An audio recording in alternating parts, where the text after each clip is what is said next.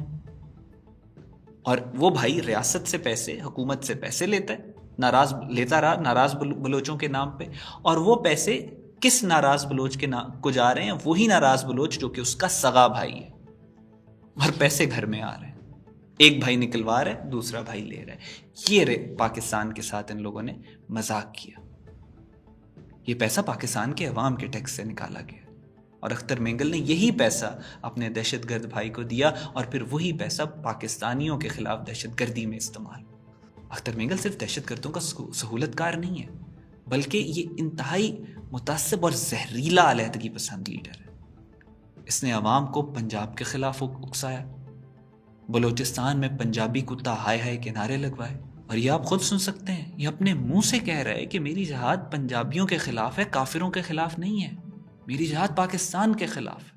تو مروچی میں جہاد کافرانی خلاف میں جہاد کیسے پنجاب کے خلاف ہے, پاکستان کے خلاف ہے. پنجابی کتے دور ہٹو, کوٹی بگوڑا دور ہٹو. یہ آپ نعرے سن سکتے ہیں, آپ نے سنے ابھی یہ پنجابی کتا کے اس نے نعرے لگائے, لیکن پھر جب اپنی بیٹی کی شادی کی بات آئی تو وہی پنجابی جن کو یہ کتا کہہ رہے ہیں انہی کے ساتھ اس نے اپنی بیٹی کی بھی شادی کروائی. اس سے بڑی منافقت اور کیا ہو سکتی ہے؟ جائیں اور بناری مینگل سے پوچھیں کہ اگر اس کا باپ پنجابیوں کو کتا کہتا ہے تو پھر اس کی شادی پنجابیوں میں کیوں ہوئی ہوئی ہے؟ آپ کو واضح نظر آتا ہے کہ اس کا پنجابی, سندھی, بلوچی کسی چیز سے کوئی تعلق نہیں ہے. صرف اپنے مفاد کے لیے پاکستان کے دشمنوں کے انگلیوں پر ناچتا ہوا پاکستان کو توڑنا چاہتا ہے. اس کا باپ بھی یہی چاہتا تھا, اس کا دادا بھی یہی چاہتا تھا, اس کا پردادا بھی یہی چاہتا تھا, اس کا بیٹا بھی یہی چاہتا ہے. یہ شخص بلوچ عوام کا خیر خواہ نہیں ہے, یہ مینگل قبیلے کا خیر خواہ نہیں ہے, یہ پاکستان کا دشمن ہے, اسلام کا دشمن ہے, انسانیت کا دشمن ہے. اور یہ غداری اتفاقاً غداری نہیں ہے, یہ نسل در نسل چلنے والی روایت ہے. یہ کوئی عام علیحدگی پسند نہیں ہے, یہ ایک منظم سازش کا حصہ ہے. یہ بلوچستان کا لیڈر نہیں ہے, بلوچستان کا سب سے بڑا غدار ہے. آپ نے ابھی حال ہی میں دیکھا کہ اختر مینگل کس طرح مارنگ لانگوں کے حق میں نکل آیا ہے. اس نے اسمبلیوں سے تو استعفے دے دیے ہیں, اور بلوچستان میں اب ایک نیا بیانیہ ترتیب دیا جا رہا ہے. لیکن ان سب کے پیچھے ایک بڑا خطرناک ایجنڈا چھپا ہوا ہے جس پر پچھلے 10 سال سے کام جاری ہے. پاکستان کی دشمن قوتیں گزشتہ 1 دہائی سے اپنے مہرے تیار کر رہی ہیں, جو وقتاً فوقتاً پاکستان کے مختلف محاذوں پر متحرک کر کے اتار دیے جاتے ہیں. ملالہ یوسفزئی کو خیبر پختونخوا میں لانچ کیا گیا, منظور پشتین کو قبائلی علاقوں میں متحرک کیا گیا, مارنگ لانگوں کو بلوچستان کے اندر تیار کیا گیا, ٹی ٹی پی یعنی فتنہ الخوارج کو دوبارہ زندہ کر کے پاکستان پر مسلط کیا گیا, اور بلوچستان لبریشن آرمی کو گزشتہ 6 سے 7 سال میں دوبارہ طاقتور بنایا گیا. یہ سارا کچھ انہوں نے کیسے کروایا؟ عام طور پہ عمران خان کو اور پاکستان تحریک انصاف کو بلیم کیا جاتا ہے کہ انہوں نے ٹی ٹی پی کے دہشت گردوں کو اپنے دور میں لا کے آباد کیا, لیکن عمران خان بھی ویسٹرن طاقتوں کا, پاکستان کی دشمن قوتوں کا ایک مہرا تھا. اس کا استعمال کر کے نہ صرف ٹی ٹی پی کو پاکستان میں دوبارہ لا کے آباد کیا گیا, بلکہ اسی دور میں بلوچستان لبریشن آرمی کے دہشت گردوں کو بھی ریلیف دیا گیا. اسی طریقے سے پھر پورے پاکستان کے اندر جو پاکستان کی دشمن قوتیں ہیں انہوں نے مائن فیلڈز لگائے. ظاہر تھی کچھ بلوچستان میں ان کے ایسٹس تھے, کچھ ان کے پی کے میں ایسٹ تھے, کچھ عمران خان کا جیسے آپ کو بتایا حکومت کے اندر ان کے ایسٹس موجود تھے. یہ انہوں نے مائن فیلڈز لگائیں. یہ ڈیٹونیشن سے پہلے انہوں نے پوری جگہ کے اوپر اپنا بارود فٹ کیا. اور جو عالمی جغرافیائی سیاست جیو پالیٹکس کو سمجھتے ہیں وہ اس وقت سے اس بات کی طرف اشارہ کر رہے تھے کہ یہ ساری جو کارروائیاں دشمن کر رہا ہے یہ پاکستان کو ایکسپلوڈ کرنے کے لیے کر رہا ہے. یہ سارا منصوبہ بے حد سینسٹیوٹی کے ساتھ انہوں نے کوارڈینیٹ کیا. اس منصوبے کا مقصد پاکستان کو تباہ کرنا, خدا نخواستہ پاکستان کے حصے بکھرے کرنا تھا. اس میگا آپریشن میں اختر مینگل کا کردار انتہائی اہم تھا. یہ ایک ایسا سیاسی غدار ہے جس کی اصل وفاداری صرف اور صرف پیسے کے ساتھ رہی ہے. یہی وجہ ہے اختر مینگل کو ایک نیا ٹاسک دیا گیا اور اس کے بدلے بے شمار دولت سے نوازا گیا. ایک مغربی سیاستدان نے اسی جیسے اختر مینگل جیسے سیاستدانوں کے بارے میں کہا تھا کہ ایسے لوگ چند پیسوں کے عوض اپنی ماں کو بیچ دیتے ہیں۔ اختر مینگل نے 2020 میں یہ دعویٰ کیا، یعنی جو ڈکلیئرڈ پراپرٹی تھی، اس نے کہا کہ خضدار میں جتونی کے علاقہ جو کہ پروونشل اسمبلی کا حلقہ 35 بنتا ہے، اس علاقے میں اس کے پاس کچھ زرعی رقبہ ہے جس کی قیمت اتنی کم ہے کہ اس کو ڈکلیئر کرنے کی بھی ضرورت نہیں ہے۔ پھر اچانک سے 2024 میں یہ رقبہ 1 کروڑ روپے کا ہو گیا، یہ اس نے خود ڈکلیئر کیا۔ اختر مینگل نے پھر یہ ڈکلیئر کیا کہ ہب میں سکران روڈ کے اوپر اس کے بیٹے کے نام پر 300 ایکڑ زرعی زمین موجود ہے، جس کی قیمت 2020 میں 15 لاکھ روپے کے قریب تھی، لیکن 2024 میں اچانک سے اس کی مالیت میں تقریباً 3 کروڑ روپے کا اضافہ ہوا۔ اسی طرح 2020 میں انہوں نے کہا کہ ان کے جو بزنس ایسٹس ہیں، اس کو جو اس نے ڈکلیئر کیا، ان کی ورتھ تھی 20 لاکھ روپے، مگر 2024 میں اچانک سے وہ 20 لاکھ روپے سے بڑھ کر 2 کروڑ 20 لاکھ کے ہو۔ اس کی بیوی کی چاغی میں کچھ commercial, naan commercial, industrial property تھی جس کو انہوں نے ڈکلیئر کیا ہوا تھا کہ اس کی قیمت 4,50,000 روپے ہے 2020 میں۔ پھر اچانک سے 2024 میں اس کی قیمت 4,50,000 سے بڑھ کر 2 کروڑ ہو گئی۔ اور پھر اس کے بعد ایک پوری لمبی داستان ہے اختر مینگل کے آف شور ایسٹس کی، جو کہ ملک سے باہر ہے۔ 2020 میں انہوں نے کہا کہ دبئی میں اس کا ایک اپارٹمنٹ ہے جس کی قیمت تقریباً 1 کروڑ 20 لاکھ روپے ہے۔ حیرت انگیز طور پر 2024 میں جب دبئی میں پراپرٹی کا کام ڈکلائن کی طرف جا رہا ہے، پاکستان کے اندر پراپرٹی کی قیمتیں بھی کم ہو رہی ہیں، اور اس اپارٹمنٹ کی ملکیت کم ہونے کی بجائے مزید بڑھ گئی، اور کتنی بڑی؟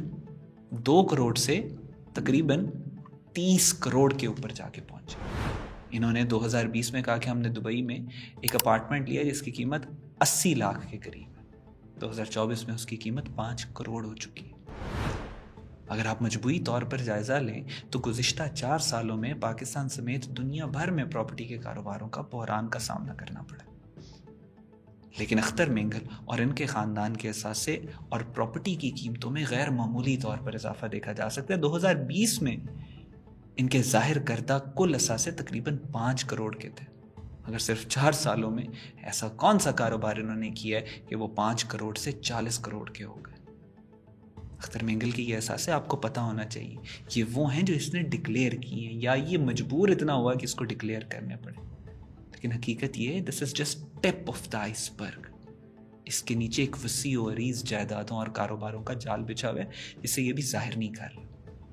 سرائے کے مطابق اختر مینگل کے دبئی میں مزید اپارٹمنٹ بلڈنگز ہیں، اسلام آباد میں بلند و بالا پلازے ہیں، کراچی میں اس کے بنگلوز ہیں، اور بلوچستان کے بے شمار کاروباری مراکز اس کے نام پر یا اس کے فرنٹ مینوں کے ذریعے چل رہے ہیں۔ صرف مثال کے لیے میں آپ کو بتاتا ہوں کہ خضدار میں 200 دکانیں ہیں جن کا یہ مالک ہے، لیکن اس نے ان اثاثوں کو ظاہر نہیں کیا۔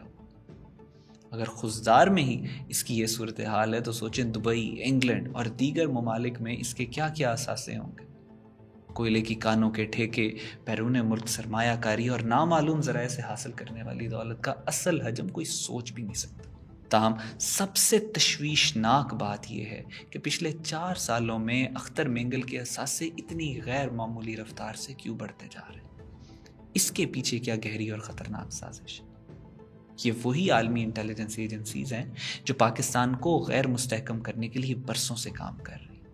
انہوں نے خاموشی سے ملالہ کو تیار کیا، مہرنگ لانگوں کو کھڑا کیا، منظور پشتین کو پروان چڑھایا، اور انتہائی تکنیکی انداز میں تحریک طالبان پاکستان اور بلوچستان لبریشن آرمی کو دوبارہ پاکستان کے اندر منظم کیا۔ یہی حکمت عملی اختر مینگل کے ساتھ بھی اپنائی گئی۔ پس پردہ اس کو بھاری رقوم فراہم کی گئی تاکہ ایک بڑے فائنل شو ڈاؤن کے لیے فائنل فیز میں اس کو لانچ کیا جا سکے، اور یہ فیز تب شروع ہونا تھا کہ جب پاکستان کی ریاست مہرنگ لانگو، منظور پشتین اور دیگر ریاست مخالف عناصر کے خلاف حتمی کارروائی کا آغاز کرے، جب ان کے مرکزی مورے گرفتار ہو جائیں اور انہیں ان کے جرائم کی سزا ملنے لگے، تب اختر مینگل کو فرنٹ پر لا کر بلوچستان میں ایک نئی سازش کو ہوا دینا۔ اختر مینگل اور دوسرے سردار مسلسل ریاست کے خلاف یہ پروپیگنڈا کرتے ہیں کہ پاکستان ان کے لوگوں کا حق چھین رہا ہے، لیکن حقیقت اس کے برعکس ہے۔ یہ سردار خود اپنے قبیلے پر 1 روپیہ بھی خرچ نہیں کرتے، اپنے ہی لوگوں کو بے وقوف بنا کر ریاست کے خلاف بھڑکاتے ہیں، مگر جب ان کے لیے بنیادی سہولیات فراہم کرنے کی بات آتی ہے تو خود غائب ہو جاتے ہیں. یہی سردار اپنے قبیلے کے لوگوں سے کہتے ہیں کہ ہمارے لیے لڑو، ہمارے لیے مرو، ہمارے لیے اپنی جانیں دو، مگر جب ان کی فلاح و بہبود کی بات آتی ہے تو 1 روپیہ ان کی جیب سے نہیں نکلتا. مثال کے طور پر اختر مینگل کا اپنا آبائی علاقہ ہے جہاں سے کئی دہائیوں تک یہ خاندان صوبائی اسمبلی کے رکن رہا ہے. آج بھی یہ علاقہ پتھر کے دور میں اربوں روپے کی فنڈنگ کے باوجود، جو کہ ان اختر مینگل اس کے باپ کے ہاتھ میں تھی، لیکن پھر بھی ان کا علاقہ آج بھی بنیادی سہولیات سے محروم ہے. امداد علی، ہم حکومت بلوچستان سے یہ اپیل کرتے ہیں کہ یہاں ہمارے بہت بڑی آبادی ہے. یہاں ایک پرائمری اسکول ہے، تقریباً 100 سے زائد بچے اور بچے ہیں زیر تعلیم ہے. یہاں بلڈنگ کی حالت آپ خود دیکھ رہے ہیں، تعداد زیادہ ہونے کی وجہ سے بچے باہر دھوپ میں بیٹھے ہوئے ہیں. یہاں سہولت کوئی نہیں ہے، نہ پانی ہے، نہ کتابیں ہیں، نہ کاپیاں ہیں. ادھر زیادہ تر غریب طبقے کے لوگ رہتے ہیں، بچوں کے پاس کاپیاں پنسلیں وغیرہ بھی نہیں دستیاب. وڈ جو کہ اختر مینگل کا علاقہ ہے، وہاں کا تعلیمی نظام دیکھ کر دل خون کے آنسو روتا ہے. صحت کا نظام اس قدر گسیدہ ہو چکا ہے کہ معمولی بیماریوں پر علاج تک ناممکن ہے. سوال یہ ہے تو پھر یہ آخر اربوں روپے جاتے کہاں ہیں؟ اب میں آپ کے سامنے ضلع خزدار کے، جو کہ اس کا علاقہ ہے اختر مینگل کا، اس کے کچھ فیکٹس آپ کے سامنے رکھتا ہوں. صرف اور صرف ضلع خزدار میں 816 اسکول ایسے ہیں جو غیر فعال ہیں. یعنی بلڈنگ بن گئی، اس پہ پیسے کھا لیے، ٹھیکیداروں کو ٹھیکے دینے کے اوپر پیسے کھا لیے، لیکن اسکول کے اندر ٹیچر بھرتی کر کے اس کو جاری نہیں رکھا گیا، کیونکہ اگر اس علاقے کا بچہ پڑھ گیا تو پھر ان کو سردار کون مانے گا، پھر ان کا ظلم کون برداشت کرے گا. پاکستان ڈسٹرکٹ ایجوکیشن رینکنگ 2017 کی رپورٹ کے مطابق ضلع خزدار پاکستان میں تعلیم کے حساب سے 141 میں سے 122 نمبر پہ ہے. آپ امیجن کریں کہ اس ضلع سے بلوچستان کا وزیر اعلیٰ الیکٹ ہوتا رہا. اگر آپ خزدار کے ہسپتالوں کی بات کریں تو ان کا جو مین سرکاری ہاسپٹل ہے، 2016 سے اب تک اس میں انیستھیسسٹ نہیں ہے، بے ہوش کرنے والا ڈاکٹر نہیں ہے. آگے میں اگر آپ کو بتاؤں، آپ کو سن کے یہ ہولناک حقائق ہے. خزدار کے 80% اسکولوں میں بجلی نہیں ہے، 33% اسکولوں میں ٹوائلٹ نہیں ہے، 50% اسکولوں کی 4 دیواری نہیں ہے، پانی اور پینے کا صاف پانی نہیں ہے. اور اب میں آپ کو چند فیکٹس بتاؤں گا کہ پچھلے 10 سال میں خزدار کو کتنا فنڈ ایلوکیٹ ہوا ہے، کتنا فنڈ انہوں نے وفاق سے لیا ہے، کتنا فنڈ ان کو ایلوکیٹ ہوا ہے ترقی کا، جو کہ ظاہر ہے ترقی کے اوپر تو نہیں لگا، ان کے جیبوں میں گیا ہے. 2015 میں 150 سے 200 ارب روپے کا ایک پروجیکٹ شروع کیا خزدار میں کچھ لاکھ روڈ کی تعمیر کے لیے. 2016 میں پاک چائنا جوائنٹ کوآپریشن کمیٹی نے خزدار باسیما روڈ منصوبے کی منظوری دی، جس کی لاگت تقریباً 200 ملین امریکی ڈالر تھی. 2020 میں صوبائی حکومت نے بلوچستان کے شہری علاقوں کی ترقی کے لیے 2.5 ارب روپے مختص کیے، جس کا مقصد شہروں کی صفائی کے لیے بھاری مشینری کی خریداری تھی. نومبر 2024 میں ضلعی کونسل خزدار نے 16 کروڑ روپے کا بجٹ منظور کیا، جس کا مقصد مقامی ترقیاتی منصوبوں کی مالی معاونت کرنا تھا. مارچ 2025 میں وزیر اعلیٰ بلوچستان سرفراز احمد بگٹی نے خزدار کی غریب اقلیتی برادری کے لیے 34 لاکھ روپے کا چیک فراہم کیا. حکومت، اور یہ چند ہے، اس کی پوری لمبی لسٹ ہے ان فنڈز کی جو خزدار گئے، یہ لیتے رہیں اور پھر اس کے بعد خود کھاتے رہیں. سمپل آڈیٹڈ اکاؤنٹیبلٹی ہے. خزدار کی حالت میں نے آپ کو بتا دی، فنڈز جو وہاں کے الیکٹڈ ممبرز کو گئے ہیں وہ آپ کو بتا دی. جو ان کے درمیان میں گیپ ہے، ظاہر ہے وہ اختر مینگل، اس کا بھائی جاوید مینگل، ان لوگوں کے پاس ہے. اصل مسئلہ یہ ہے کہ یہ سردار بلوچستان کے وسائل پر سانپ بن کر بیٹھے رہتے ہیں. یہ شور مچاتے ہیں کہ وفاق انہیں حصہ نہیں دیتا، مگر حقیقت یہ ہے کہ بلوچستان کی کل آمدن تقریباً 200 ارب روپے ہے، جبکہ وفاق انہیں تقریباً 900 ارب روپیہ دیتا ہے. سوال یہ ہے کہ وہ 900 ارب جاتا کہاں ہے؟ یہ بلوچستان کی عوام پر تو نہیں لگتا، تو ظاہر ہے پھر یہ بلوچ سرداروں کی عیاشیوں میں لگتا ہے. اور جب عوام بنیادی سہولیات سے محروم رہتی ہے تو یہ الزام پھر پاکستان کی ریاست پہ ڈالتے ہیں، پاک فوج پہ ڈالتے ہیں. چلو مثال کے طور پر مان لیتے ہیں ان کا جو فرضی جھوٹی کہانی ہے، ہائپوتھیٹیکلی اس کو ایک دفعہ مان لیتے ہیں، جو یہ پنجابیوں کو الزام دیتے ہیں، پاکستان کو الزام دیتے ہیں کہ پاکستان ان کے وسائل لوٹ رہا ہے. تو پھر ان کے پاس جو اربوں کی جائیدادیں ہیں، مہنگی ترین ان کے پاس گاڑیاں ہیں، بیرون ملک ان کے جو اثاثے ہیں، وہ تو نہیں نہ لوٹے ریاست نے، وہ تو نہیں لوٹے پاکستان نے. اس سردار اختر مینگل کی یہ گاڑی جو آپ کے سامنے اسکرین پہ چل رہی ہے، اگر یہ ایک گاڑی بیچے نا تو خوزدار میں ایک بہت state of the art hospital بن سکتا ہے. اس ایک گاڑی کو بیچ دیں، ہزاروں لوگوں کا فائدہ ہو سکتا ہے. یہ ایسا کریں گے نہیں، کیونکہ اگر تعلیم اور صحت کی سہولتیں عوام کو ملنا شروع ہوگی تو ان سرداروں کی بادشاہت ختم ہو جائے گی. نواب اکبر بگٹی کی مثال آپ کو یاد ہے نا، ہمدان بگٹی نے ٹیلی ویژن کے اوپر یہ بات کہی تھی کہ جب گیس اکبر بگٹی کے علاقے میں دی گئی تو اکبر بگٹی اس پہ برہم ہوا کہ گیس صرف میرے علاقے، میرے گھر میں آنی چاہیے، میرے علاقے میں نہیں آنی چاہیے، میرے لوگوں کو نہیں ملنی چاہیے، ورنہ مجھے سردار کون مانے گا. جب نواب صاحب آیا ہم سے ملنے کے لیے گئے، حال وال کے لیے گئے، تو اس نے مجھے بولا کہ ہاں امیر صاحب آپ نے کیا کام کیا ہے.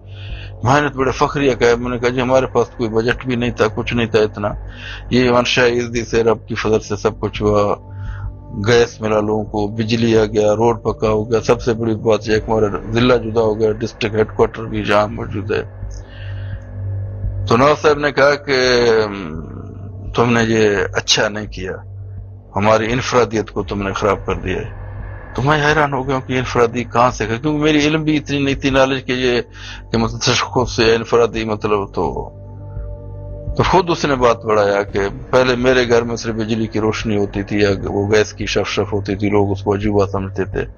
تم نے ہر کمینے کے گھر میں مطلب بجلی پہنچا دیا، گیس پہنچا دیا، اور مطلب تو ہماری جو ہے وہ انفرادیت کو تم نے اپنا ہوتے ہوئے تم نے ختم کر دیا. تو میں نے دیکھا کہ بھائی کہتے ہیں وہ امیر شہر کو ضد ہے کہ غریب کی کاٹھی میں چاندنی بھی نہ ہو. خیر، یہ رولز رائس کی آپ نے تصویر دیکھی. سوال یہ ہے کہ اس کے پاس یہ گاڑی آئی کہاں سے؟ ریاست پر الزام لگانے والی یہ سردار خود بلوچستان کے سب سے بڑے دشمن ہیں. ان کی بیرون ملک اپارٹمنٹس، ان کی لگژری کارز، ان کی عیاشیاں آپ خود دیکھ سکتے ہیں. لیکن الزام یہ پاکستان کے اوپر لگائیں گے، ریاست پاکستان پہ لگائیں گے. یہ سب کچھ انہوں نے بلوچستان کے عوام کا حق مار کر حاصل کیا ہے. لہٰذا یہ بات کسی بھی ذی شعور شخص کے لیے واضح ہے کہ اختر مینگل، مارنگ لانگو اور ان جیسے دیگر عناصر کا پروپیگنڈا محض ایک دھوکہ ہے. اس کا مقصد اپنی بدعنوانی، اپنی لوٹ مار کو چھپانا ہے. ناظرین، اب یہ جنگ لاسٹ فیز میں انٹر ہو چکی ہے، یہ فائنل راؤنڈ میں داخل ہو چکی ہے. اختر مینگل کو بھی اسی منصوبے کے تحت لانچ کیا گیا.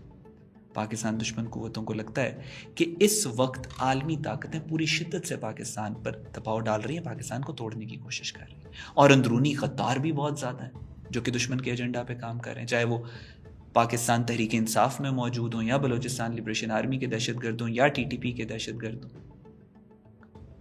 ہر طرف سے پاکستان کے دشمنوں نے اپنے خزانوں کے منہ ان غداروں کے لیے کھول دیے اور انہیں ریاست کے خلاف لا کے کھڑا کر دیا.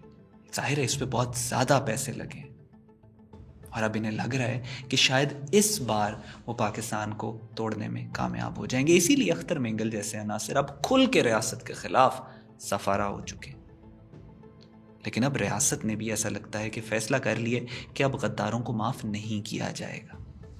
جو بھی پاکستان کے خلاف سازش کرے گا، جو بھی دشمنوں کے ہاتھوں میں کھیل کر ریاست پر حملہ آور ہوگا، اس کے لیے کوئی رعایت نہیں ہوگی. اب یہ جنگ آخری اور فیصلہ کن مرحلے میں داخل ہو چکی ہے، اور اس جنگ میں ایک طرف پاکستان ہے اور دوسری طرف پاکستان کے دشمن ہیں، غدار ہیں جو دشمن کے ایجنڈا پر کام کر رہے ہیں. یہ فائنل بیٹل ہے ریاست پاکستان اور غداروں کے درمیان. اور اس کے ساتھ ساتھ آپ کو ایک بہت امپورٹنٹ فیکٹ بھی ذہن میں رکھنا ہے. یہ ایک تاریخی حقیقت ہے کہ پاکستان کے خلاف کام کرنے والی غیر ملکی انٹیلیجنس ایجنسیاں ہمیشہ اپنے موروں کو استعمال کر کے تھوک دیتی ہیں. یوری بیزمنوف دا فیمس KGB ایجنٹ، اس کے مطابق یہ جو یوزفل ایڈیٹس ہیں، جب ان کا مقصد پورا ہو جاتا ہے تو انہیں بے رحمی سے قتل کر دیا جاتا ہے. یہی حال آج اب بلوچستان لبریشن آرمی اور دیگر دہشت گرد گروہوں میں شامل ان عناصر کا بھی ہے جو پاکستان کے دشمنوں کے ہاتھوں میں کھیل رہے ہیں. بلوچستان میں کئی دہائیوں سے وہاں کے سردار عوام کا استحصال کرتے آئے ہیں، لیکن وقت کے ساتھ عوام ان کی غلامی کی زنجیریں توڑنے کے لیے تیار ہو چکی ہے. غیر ملکی دشمنوں نے یہ بدلتے ہوئے جذبات محسوس کر کے اسی لیے مارنگ لانگو اور منظور پشتین جیسے نوجوان غداروں کو تیار کیا اور ان کو میدان میں اتارا.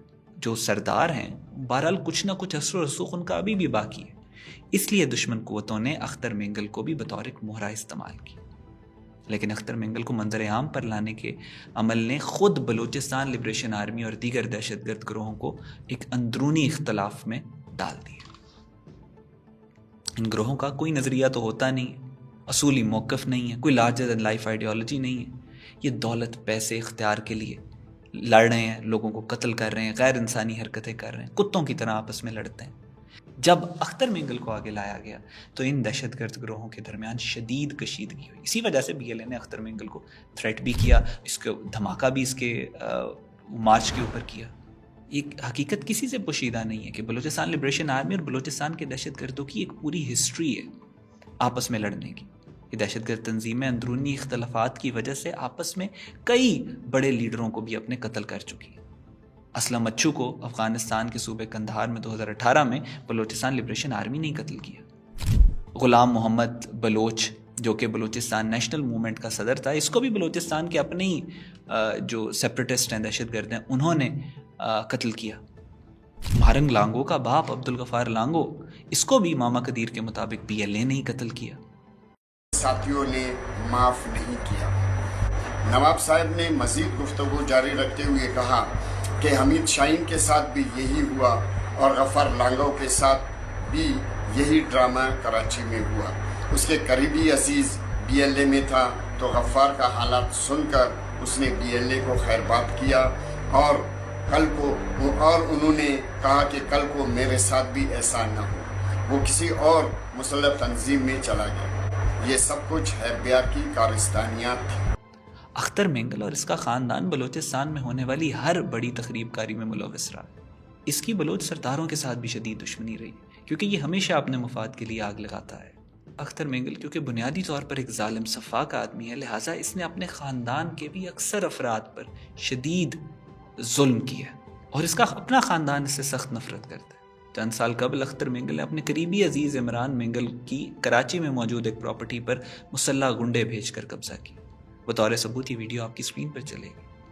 اس کے بعد عمران مینگل اور ان کی بیگم ہما رئیسانی نے اس کے متعلق پریس کانفرنس بھی کی تھی اور بتایا تھا کہ یہ گھر کے جس پر اختر مینگل نے اپنے غنڈوں کے ہمراہ قبضہ کر رکھا ہے وہ دراصل عمران مینگل کے باپ سردار مہر اللہ خان مینگل کا گھر تھا، جس کو وہ مرنے سے پہلے اپنے پوتے پوتیوں کے نام کر کے گیا تھا، مگر دہشت گرد اختر مینگل نے بندوق کے زور پر اس پر قبضہ کر رکھا ہے۔ سب سے پہلے میں as a Baloch social activist ہما رئیسانی اختر مینگل صاحب کو تہہ دل سے شکریہ ادا کرتی ہوں، جن کا یہ میسج مجھے آیا اور جنہوں نے زندہ ہی مجھے تاریخ میں قلم بند کر دیا میرا نام کہ ایک خاتون کو مارنے کے لیے مسلح آپ 10-11 افراد لے کر آتے ہیں۔ شکریہ اختر جان۔ چھوٹا سا مکان ہے کراچی میں جو دادا نے اپنے بچوں کے نام پہ کیا اور جن کو میں یقین کریں صرف دا ریزن از ایجوکیشن، بہترین تعلیم کے لیے میں ان بچوں کو ادھر لے جا رہی ہوں، جس کے لیے آپ نے جہاں زید مینگل کو گھر میں بٹھایا۔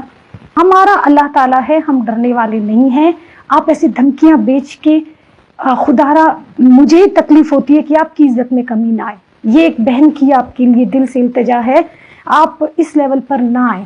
اسی طرح کچھ عرصہ قبل وڈ کے لانگو قبیلے کے سرداروں نے بھی ایک پریس کانفرنس کی تھی جس میں انہوں نے ذکر کیا تھا کہ کس طرح اختر مینگل اور اس کے غنڈے ان کے قبیلے کو بدترین استحصال کا نشانہ بنا رہے ہیں اور صرف اس وجہ سے ظلم کر رہے ہیں کیونکہ ان کے بڑوں نے اختر مینگل کو ووٹ دینے سے انکار کیا، لہٰذا ان کو علاقے سے نکال رہے ہیں، ان کو قتل کر رہے ہیں، ان کو مار رہے ہیں۔ لانگو قبیلے کے عبدالصبور لانگو نے تفصیل سے بتایا تھا کہ کس طرح اس دہشت گرد نے وڈ میں ریاست کے اندر ایک اور ریاست قائم کی ہوئی، اس کی ذاتی جیلیں ہیں، سزائیں دیتا ہے، ٹارچر سیلز ہیں۔ یہ نام نہاد بلوچ حقوق کا علمبردار اپنی فطرت میں کتنا بڑا دہشت گرد ہے، آپ کو اس کا اندازہ اس پریس کانفرنس سے ہو جائے گا۔ اختر مینگل جو یہاں آ کر کہتا ہے کہ میں مظلوم کی آواز ہوں، وہ مظلوم کی آواز نہیں ہے، لیکن ابھی جو ہمارے قبائل کو، لیکن 2012 میں بھی اس نے ہمارے قبائل کے ساتھ بہت ظلم کیا، گھروں کو گرا دیا ہے اور اس کے بعد مسلسل ہمارے قبائل کو وہ کوشش کر رہا ہے کہ پاؤں کے نیچے رکھ دوں اپنے علاقے میں۔ وہاں کم سے کم میرا قبائل سے 8 سے 10 ہزار لوگ آباد ہیں وڈ میں، وہاں تیار گھروں کو گرایا ہے ظالم نے اور لوگوں کو یرغمال بنایا ہے، اور اس کا وجہ یہی ہے کہ میری غلامی کرو ورنہ ادھر سے نکل جاؤ۔ کم سے کم اس ٹائم بھی 100 گھرانے سے زیادہ لوگ مائیگریٹ ہے وڈ سے۔ سردار اختر مینگل کا اجارہ داری ہے۔ آج صبح